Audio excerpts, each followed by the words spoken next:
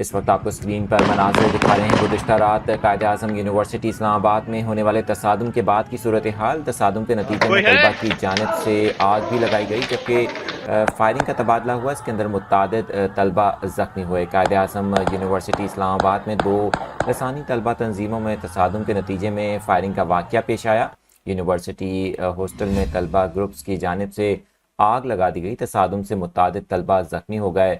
Quaid Azam university انتظامیہ نے boys hostels خالی کروانے کا فیصلہ کیا ہے۔ اس حوالے سے بتایا گیا ہے کہ ہاسٹلز کو 20 اکتوبر تک بند رکھا جائے گا۔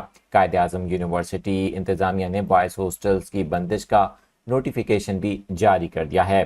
آپ کو بتائیں کہ قائد اعظم یونیورسٹی میں 2 لسانی تنظیموں میں گزشتہ رات ہونے والے تصادم کے دوران شدید فائرنگ کی آوازیں سنی گئیں۔ اس دوران طلبہ کی جانب سے مین روڈ پر آ کے آگ لگا دی گئی اور اس دوران شدید ہنگامہ آرائی دیکھنے کو ملی۔